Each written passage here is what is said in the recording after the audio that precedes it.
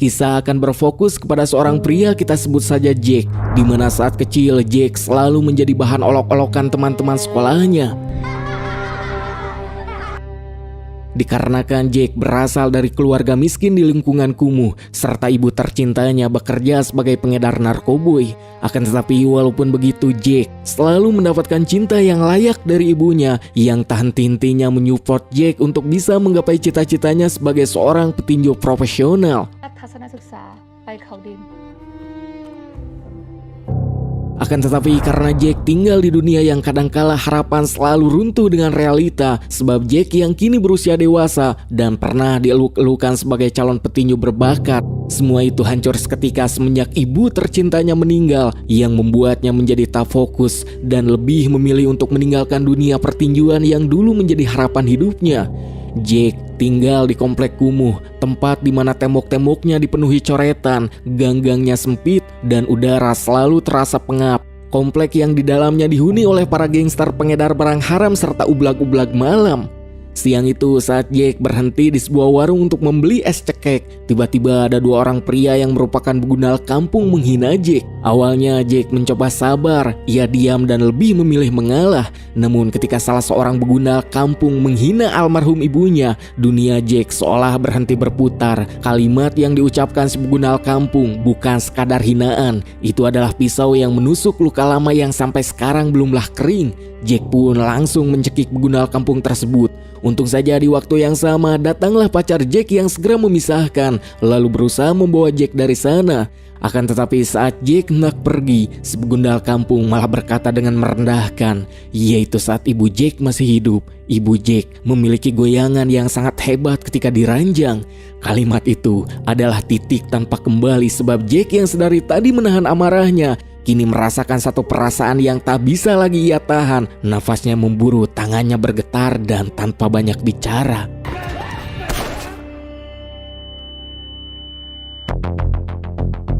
Singkatnya, akibat mempateni begundal kampung, Jack harus menerima hukuman 10 tahun penjara. Yang setibanya di penjara, Jack dibawa menuju ke ruangan kepala sipir bersama dengan seorang tahanan baru bernama Toha yang lebih suka disebut Ice dikarenakan Ice merupakan seorang waria di kota Bangkok. Kemudian Jack dan Ice diinterogasi oleh kepala sipir untuk menanyakan kenapa mereka bisa sampai masuk ke penjara. Jack mengatakan kalau dirinya telah mempateni seseorang karena orang tersebut telah menghina almarhum ibunya. Sedangkan untuk Ice, ia ternyata dituduh menjadi pengedar padahal dirinya hanya dijebak oleh temannya. Mendengar itu semua, si kepala sipir yang awalnya terlihat baik hanya menyarankan agar mereka berdua bersikap baik saat di penjara. Yang hal itu tentu saja kalimat klise basa-basi karena semua orang tahu di tempat ini hukum bukanlah milik sipir melainkan milik para penguasa penjara. Yang benar saja setelah si kepala sipir pergi, datanglah dua orang bernama Benny dan juga Ruslan.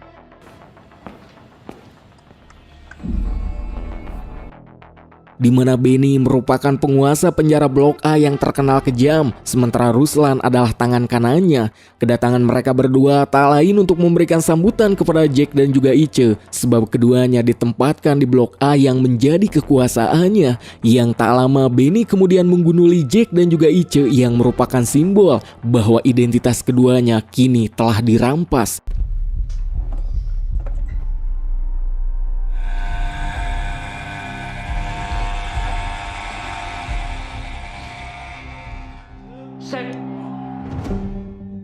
Malam harinya kini terlihat Jack dan juga Ice yang sudah di dalam penjara Blok A yang dikuasai oleh Benny, di mana Benny yang terkenal kejam meminta kepada Ruslan tangan kanannya untuk membawa Jack dan juga Ice ke hadapannya karena dirinya ingin memberikan sambutan selamat datang. Yang saat dihampiri Ruslan, ternyata Jack dan juga Ice sudah tidur dan dengan kasar Ruslan membangunkan keduanya. Namun di sini yang terbangun hanya Ice saja, yang kemudian Ruslan membawa Ice ke hadapan Benny sesuai perintah. Di mana Ice yang merupakan seorang waria dan tentu saja memiliki sifat kemayu terlihat sangat ketakutan sebab di hadapannya kini sudah ada Benny dan juga para tahanan lain yang merupakan para bawahan Benny. Benny yang melihat Ice ketakutan kemudian menjelaskan kalau di dalam Blok A yang ia ketuai mempunyai aturan yang tak bisa dibantah oleh siapapun. Yang pertama, para tahanan baru seperti Ice harus melayani semua kemauannya apapun itu, dan jika menolak maka orang tersebut akan dihajar habis-habisan oleh semua tahanan yang ada di sana. Kemudian Benny menyuruh Ice untuk memberikan pedangnya yang tak perlu dijelaskan, pasti kalian tahu maksudnya, dimana tentu saja Ice yang memiliki harga diri awalnya menolak perintah Benny. Namun karena Ice diancam harus melayani semua tahanan lain jika menolak, dengan terpaksa Ice pun melakukan perintah Benny yang seketika air mata Ice terjatuh sebab kini martabatnya sudah hancur. Di tengah hal itu, Benny kemudian memerintahkan Ruslan untuk kembali ke sel tahanan Jack dan memberi isyarat supaya Ruslan memberi pelajaran kepada Jack yang tak mau menuruti perintahnya. Alhasil, Jack langsung dikeroyok oleh semua tahanan yang ada di Blok A. Membuat hari pertama Jack serasa di neraka, namun Jack belajar satu hal, jika kesabaran di tempat ini adalah kesalahan fatal. Di hari berikutnya terlihat Benny dan semua anak buahnya yang sedang makan siang di kantin penjara. Kantin itu riuh, penuh suara sendok beradu dengan piring seng, penuh tatapan waspada dari para tahanan yang masing-masing tahu satu kesalahan kecil bisa berujung sebuah kematian, sebab masing-masing dari setiap blok pasti berkumpul di sana untuk mengisi perut mereka yang tak lama. Kita kemudian diperlihatkan kelompok tahanan dari sel blok B yang sedang makan juga, yang mana sel kelompok B dipimpin oleh pria bernama John dan wakilnya bernama Junaid. Berbeda dengan blok A yang penuh teror, blok B yang dipimpin oleh John terlihat tampak lebih tertib, sebab John memimpin bukan dengan kekerasan melainkan dengan pendekatan yang lebih manusiawi. Selang beberapa saat datanglah Jack dengan kondisi wajah yang sangat tawewo babak belur serta langkahnya yang pincang, dimana dikarenakan Jack yang terlambat mengambil makanan, kini yang tersisa hanyalah kerak nasi serta seuprit lauk. Tetapi Jack tetap meminta makanan sisa karena dirinya harus mengisi perutnya. Hingga saat Jack akan mencari tempat duduk, tiba-tiba ia dihampiri oleh Ruslan yang langsung menendang makanannya. Melihat perlakuan itu, seketika ototnya menegang, tangannya mengepal. Sebenarnya di sini Jack sudah sangat geram dan ingin sekali melawan, namun Jack terus mencoba bersabar sambil menahan marahnya. Junaid yang merupakan wakil ketua blok B merasa kasihan ketika melihat Jack diperlakukan seperti binatang, namun John, sang ketua, meminta Junaid agar tak ikut campur karena itu bukan urusan mereka.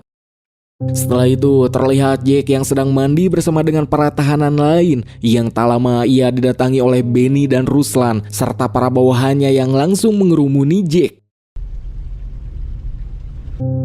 Di sini Benny menjelaskan kalau mandi tidaklah gratis sehingga Jack harus membayar kepadanya. Dengan nada ketus Jack menjawab jika dirinya tidak mempunyai uang sepeser pun, jadi harus membayarnya dengan apa? Benny tersenyum yang kemudian mengatakan kalau begitu Jack cukup berlutut di hadapannya. Jack yang tak mau mendapatkan masalah akhirnya mengalah. Jack pun berlutut, namun si koplok Benny bukannya puas, dirinya malah berbuat lebih kepada Jack.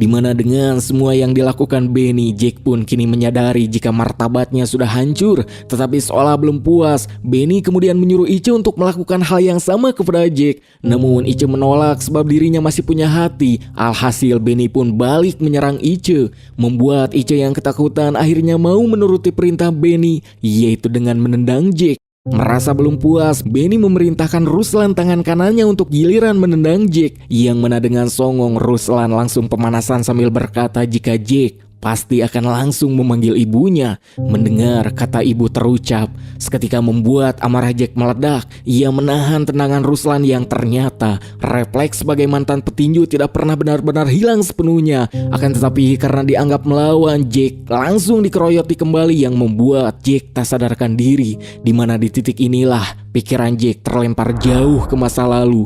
Saat Jack mengikuti perlombaan tinju remaja, sorot lampu ring menyilaukan, sorakan penonton menggema. Namun sayang, lawannya jauh lebih berpengalaman hingga dapat mengalahkan Jack. Setelah itu Jack pulang ke rumah dan langsung diobati oleh mendiang ibunya. Tangannya lembut, suaranya menenangkan. Si ibu sempat meminta Jack agar jangan lagi bertinju sebab itu hanya akan melukai tubuh Jack. Jack mengatakan jika ia tak bertinju maka mereka akan makan dari mana. Namun ia berjanji suatu saat ia pasti bisa membahagiakan ibunya meskipun dengan cara apapun. Scene kemudian kembali ke masa sekarang yang mana terlihat Jake masih pingsan di kamar mandi. Tak lama Jake diguyur oleh kepala sipir yang membuatnya terbangun. Si kepala sipir meminta Jake agar cepat berbaris di lapangan karena tahanan yang lain sudah berkumpul. Setelah kepala sipir pergi, datanglah Ice yang memberikan sebutir jeruk kepada Jake sebagai permintaan maaf karena tadi ia terpaksa harus menendang Jake karena disuruh Benny. Jake pun sangat mengerti dan ia sama sekali tak mempermasalahkannya. Setibanya di lapangan, tiba-tiba Ice malah dihajar oleh Benny karena ia tahu Ice sudah menolong Jake. Yang tanpa diduga, Jake kemudian langsung menantang Benny untuk berduel by one dengannya. Mendengar tantangan itu, Benny yang melihat kondisi Jake sangat tawehwo tentu dengan senang hati menerima. Namun saat perduelan itu akan terjadi, Junaid si wakil ketua Blok B langsung maju ke depan lalu meminta Benny agar berhenti sambil mengatakan jika Jake telah babak belur dan tas padan untuk bergelut by one dengan Benny. Namun jika Benny memaksa, dirinya bersedia untuk berduel dengan Benny menggantikan Jake, dan jika dirinya menang maka Jake dan Ice harus pindah ke sel Blok B. Di waktu yang sama, John sang ketua Blok B kemudian maju lalu meminta Junaid untuk mundur, yang kemudian berkata jika ketua harus bergelut dengan ketua juga.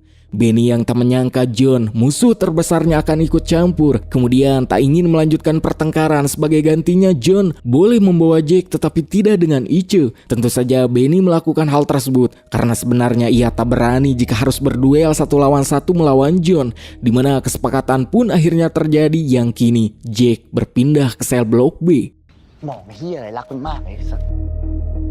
Malam harinya terlihat Jake sekarang sudah tinggal di sel Blok B yang tak lama ia didatangi oleh John dan Junaid. Jake dengan penuh rasa penasaran kemudian bertanya kepada John dan juga Junaid kenapa mereka berdua mau menolongnya. John kemudian menjawab jika ia tak suka melihat orang disiksa terus-menerus seperti yang dialami oleh Jake. Mendengar jawaban itu, pada akhirnya Jake berterima kasih dan berjanji mulai sekarang dirinya akan menjadi bawahan John dan juga Junaid. Di sisi lain diperlihatkan jika Benny yang sedang melampiaskan amarahnya kepada Ice, yang di titik inilah sebenarnya neraka sesungguhnya dari perjuangan Jake baru akan dimulai. Singkat cerita, terlihat Jake yang semakin dekat dengan John dan juga Junaid. Hari demi hari berlalu di Blok B, yang tak seperti di Blok A. Di Blok B tak ada teriakan tengah malam, tak ada pemaksaan, tak ada teror yang datang tiba-tiba. Sebab John dan juga Junaid adalah sosok pemimpin yang sangat baik hati serta mempunyai jiwa solidaritas tinggi karena tahanan baru seperti Jake mendapatkan bimbingan untuk bisa menyesuaikan kehidupan penjara yang sangat keras. Yang hal itu sangat berbeda jauh dengan sel di Blok A yang dipimpin oleh Benny, sebab di sana semua harus tunduk kepada Benny, dan bagi tahanan lain mereka harus memiliki prinsip yang kuat hidup, yang lemah dihancurkan. Beberapa hari kemudian, di tengah keadaan Jake yang kini semakin membaik, kabar bahagia kembali diterima Jake sebab dirinya diberitahu jika Jake menerima besukan dari pacarnya. Terlihat Jake yang sangat bahagia karena ia begitu merindukan pacarnya. Tangannya gemetar, senyumnya merekah, dan untuk sesaat kehidupan keras penjara seakan menghilang dari pikirannya. Namun sayang, kedatangan pacar Jake bukan untuk sekadar menengok, melainkan memberi kabar jikalau dirinya sudah dijodohkan dengan laki-laki lain. Kata-kata tersebut pun jatuh seperti palu, berat mematikan. Terlebih lagi pacar Jake meminta maaf karena semua adalah kemauan orang tuanya, dikarenakan dirinya juga tak bisa menunggu Jake yang entah kapan bisa bebas dari penjara. Mendengar hal tersebut, Jake hanya bisa menangis. Ia memohon agar pacarnya membatalkan perjodohan karena dirinya sangat mencintainya. Namun pacarnya menolak lalu bergegas pergi meninggalkan Jake sendirian.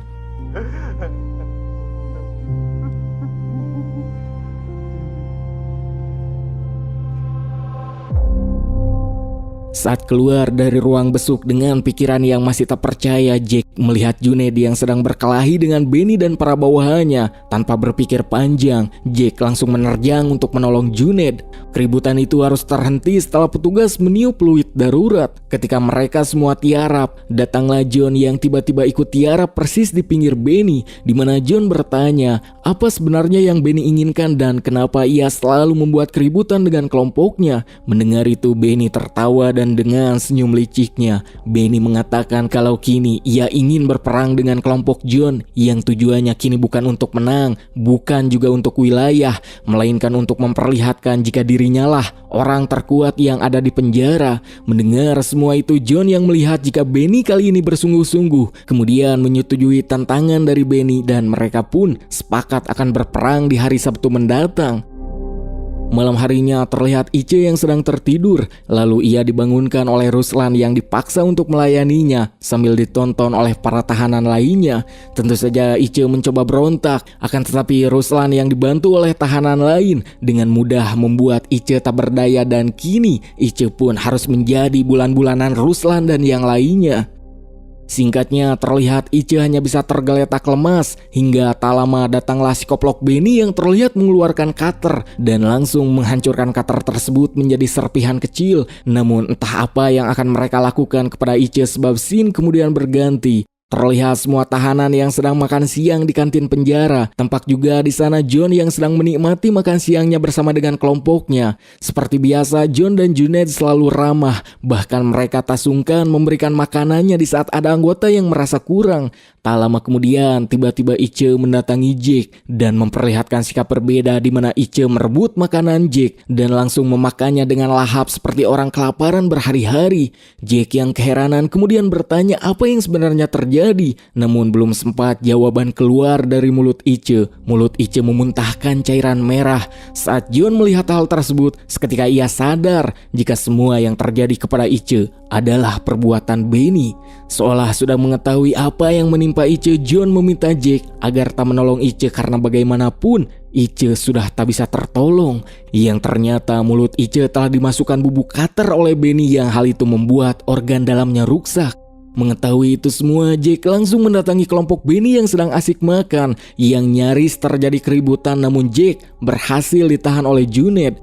Hingga kemudian John datang dan mengatakan jikalau Benny adalah manusia kejam yang hanya berani kepada orang lemah, di mana John yang sudah tak tahan akan semua tindakan Benny menyarankan supaya peperangan dipajukan. Dan dengan senang hati Benny pun menyetujui usulan John karena ia juga sudah tak tahan ingin membantai kelompok John.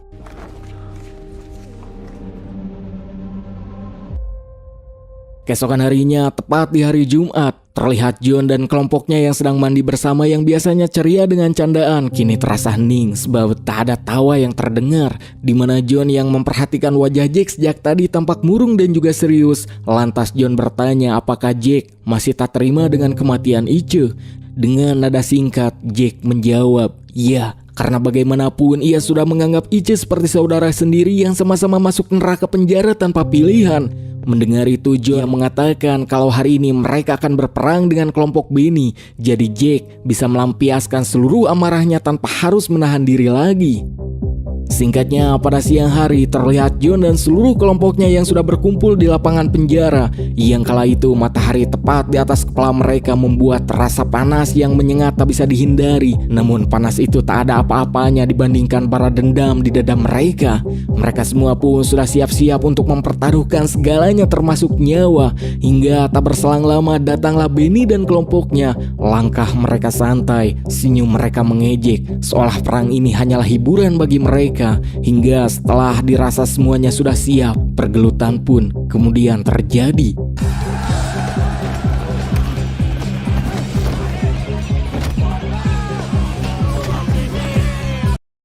Di momen tersebut, teriakan menggema di seluruh lapangan penjara dan terlihat kelompok John lebih mendominasi sebab mereka lebih terorganisir, lebih solid, serta melakukan pergelutan untuk tujuan kebebasan. Namun tentu saja Benny sudah mengetahui hal itu, di mana dengan cara licik, yaitu memanfaatkan kekacauan, Benny diam-diam menunjuk perut John beberapa kali yang seketika membuat John terhuyung. Tetapi dirinya tetap berdiri seakan tak terjadi apapun. Di waktu yang sama datanglah para petugas penjara. Semua tahanan langsung tiarap. Kepala sipir menghajar sebagian dari mereka dengan pentungan, tanpa pandang bulu, tanpa peduli siapa korban, siapa pelaku, bahkan mengancam akan menambah hukuman 10 tahun jika mereka berani melakukan peperangan lagi. Malam harinya ketika para tahanan Blok B sudah tidur, Junaid yang merasa ada yang janggal. Lalu ia bertanya kenapa John tidur menggunakan selimut padahal cuaca sangat panas. Jack yang tidur di samping John pun ikut curiga. Ia meraba tubuh John dan langsung terkejut sebab tubuh John demam tinggi. Jack segera membuka baju John dan akhirnya semuanya terungkap sebab John menyembunyikan luka parah akibat perbuatan Benny.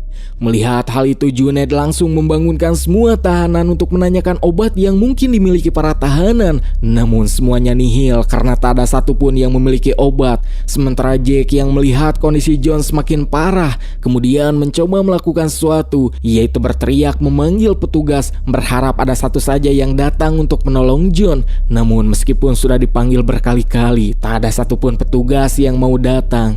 Hingga tak lama John yang sudah sekarat meminta Jack untuk berhenti karena semuanya sudah terlambat. John dengan sisa-sisa tenaganya memerintahkan semua tahanan lainnya supaya tidur kembali. Hingga malam itu penjara kembali sunyi seolah tak terjadi apapun. Jack mendekat ke John meminta supaya John bertahan. Namun John hanya tersenyum lemah. Ia berkata, sepertinya malam ini akan menjadi malam terakhir dari hidupnya. Untuk itu John berpesan kepada Jack dan juga Junaid supaya melanjutkan kepemimpinannya dengan langkah awal mengalahkan Benny. Setelah itu John meminta Jack dan juga Junaid agar tidur di sampingnya menemaninya di sisa-sisa akhir hayatnya. Yang tak berselang lama, John pun menghembuskan napas terakhirnya.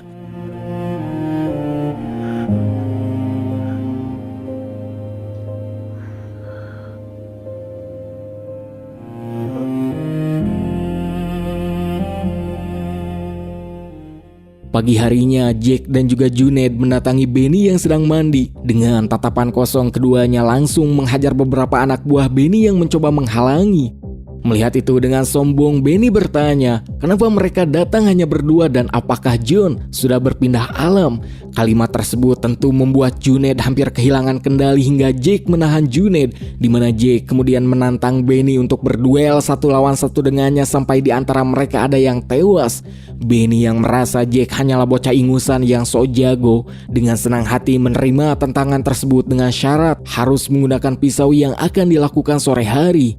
Setelah keduanya sepakat, tak berselang lama terlihat Jack yang ditemani oleh Junaid kini terlihat sedang mengasah pisau. Di momen tersebut Junaid sempat bertanya alasan Jack memilih berduel by one dan tidak berperang saja seperti sebelumnya. Jack menjawab, kalau berperang kemungkinan besar mereka akan kembali dihentikan oleh petugas sebelum sempat menghabisi Benny. Sedangkan jika melakukan duel, ia mempunyai kesempatan besar untuk mengakhiri semuanya.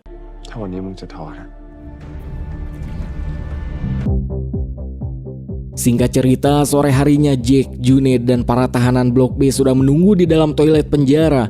Di sini Junaid menegaskan tak ada yang boleh ikut campur. Ini adalah urusan Jack dan juga Benny, yang lain cukup menonton. Dan dengan penuh percaya diri karena menganggap akan mudah mengalahkan Jack, Benny pun menyetujuinya. Lalu pergelutan pun dimulai, di mana terlihat Benny menyerang lebih dulu dengan sangat agresif dan juga brutal tanpa aturan. Seolah Benny merasa akan dengan mudah mengalahkan Jack yang hanya bocah ingusan di penjara.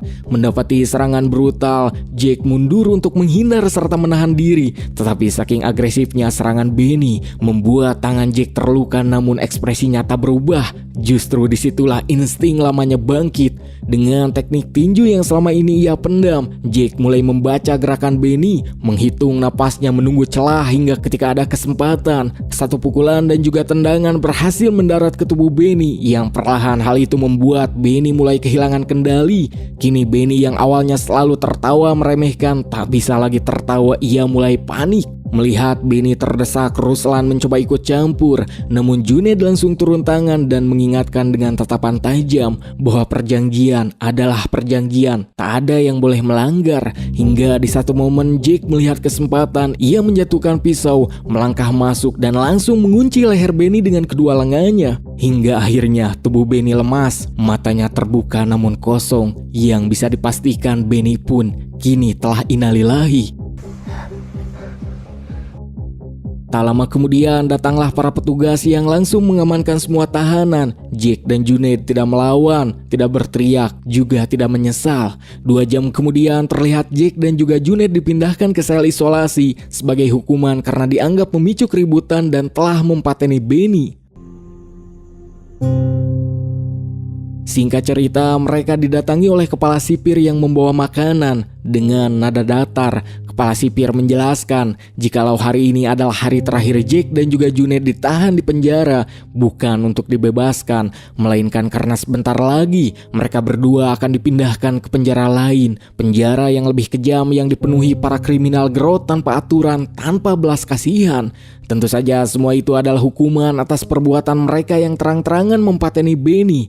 Mendengar itu semua, Jack dengan nada sinis bertanya kepada si sipir penjara, bukankah Benny juga telah mempateni Ice dan juga John, tetapi ia tak mendapatkan hukuman seperti dirinya. Mendengar itu, kepala sipir menjawab, jikalau Benny melakukan semua tindakannya dengan sangat rapi, tanpa adanya bukti, sebab di tempat seperti ini tanpa bukti, keadilan tak akan pernah ada. มึงไปบางบอน Singkat cerita, Jack dan Junaid pun dipindahkan ke penjara lain di dalam truk tahanan, seolah sudah siap jika dimanapun mereka ditempatkan. Maka jika ingin selamat, mereka harus menjadi penguasa dan siap mengalahkan siapapun untuk tujuan itu. Karena sekarang Jack telah ditempa oleh neraka, dan dimanapun neraka itu berada, Jack akan selalu bertahan.